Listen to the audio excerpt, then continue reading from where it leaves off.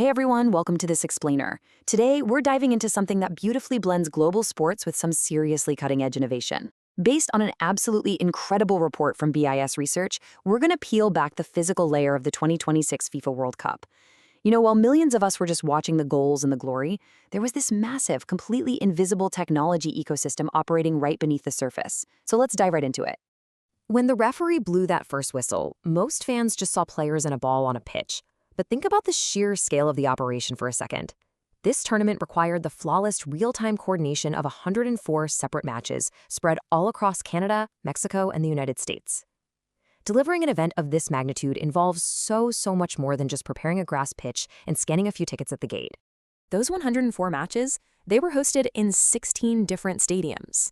And these definitely weren't just basic concrete bowls for people to sit in. Oh no. Each one of these 16 venues had to act as a massive, hyper-connected hub of digital activity, where stadium operators, tech companies, and security teams all function together as one single connected system. And the sheer volume of data it took to actually pull this off is honestly staggering.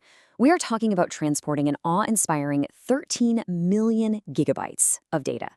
To make that happen, the event relied on literally 161,000 kilometers of fiber infrastructure. It's just a wild scale when you think about connecting a physical event to billions of people globally. To really understand the 19 distinct technology markets that BIS Research identified here, we're going to cover 5 main areas today: building the smart stadium, AI and computing power, broadcasting the global experience, security in the skies, and protecting the athletes. All right, let's start with Section 1, building the smart stadium. Think about it. A traditional sporting venue with just basic cell coverage, that absolutely does not cut it anymore. Stadiums today actually have to operate like temporary smart cities. They tap into the global 5G infrastructure market. Take Verizon's massive deployment for this tournament, for example. You need that kind of infrastructure to handle tens of thousands of fans, all trying to upload high-definition videos the exact second a goal is scored.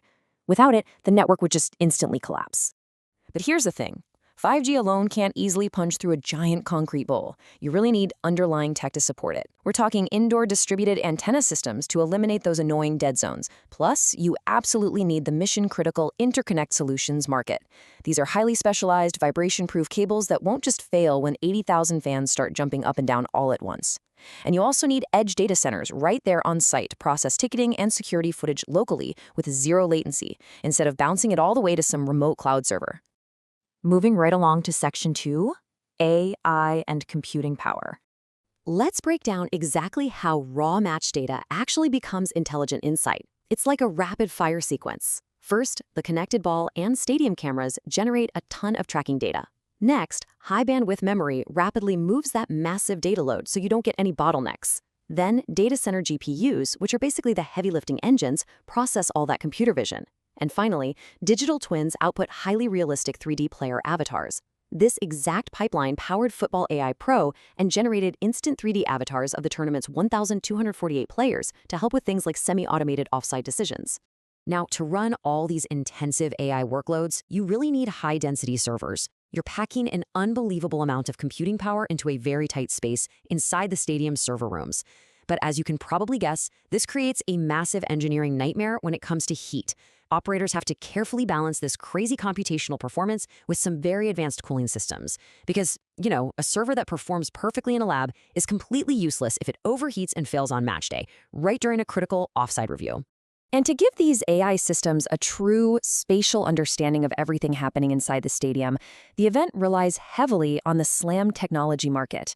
SLAM stands for Simultaneous Localization and Mapping. Basically, it's what allows digital systems to understand depth, movement, and exactly how physical objects on the pitch relate to each other in 3D space. It is absolutely crucial for positioning virtual broadcast cameras or overlaying those cool augmented reality graphics seamlessly. Okay, on to Section 3, broadcasting the global experience. So how does this reach billions of us sitting at home? Well, high-throughput satellites act as the ultimate safety net.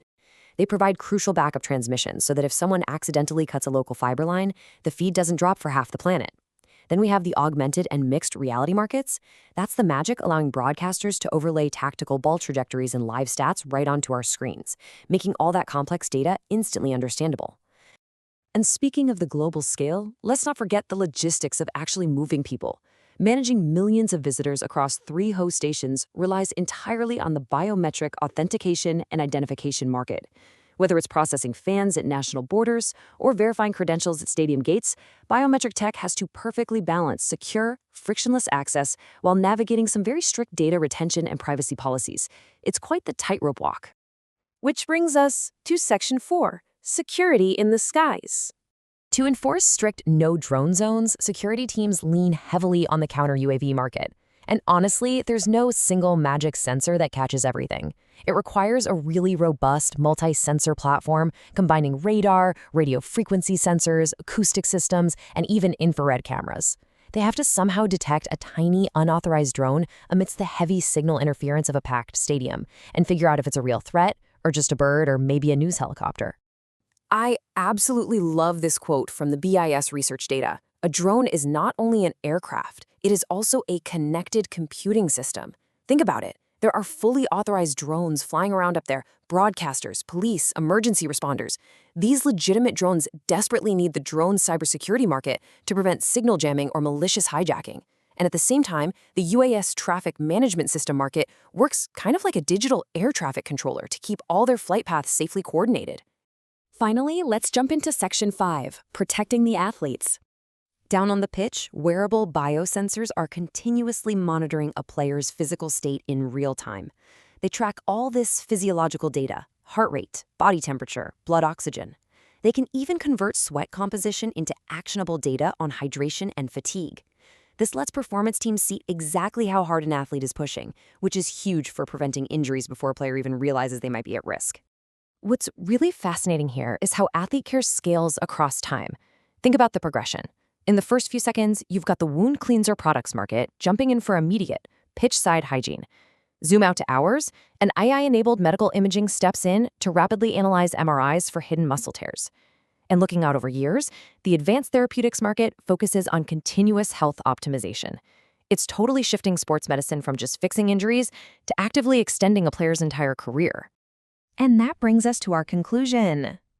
As detailed so incredibly well in the BIS research data, this tournament was a flawless orchestration of 19 distinct technology markets working together completely invisibly. From the concrete foundations of those smart stadiums to the AI processors rendering the whole game in 3D, all the way down to the tiny biosensors monitoring the athletes' heartbeats, the sport of football is now entirely intertwined with a highly sophisticated digital reality. It leaves us with a truly fascinating question to ponder. If the boundary between pure athletic sport and advanced technology has completely disappeared, are we still just watching a game? Or are we witnessing a real-time data simulation played out by human athletes? I highly encourage you to explore these incredible tech markets further because they aren't just changing football, they're changing how we interact with the physical world entirely. Thank you so much for joining me on this explainer, and keep learning.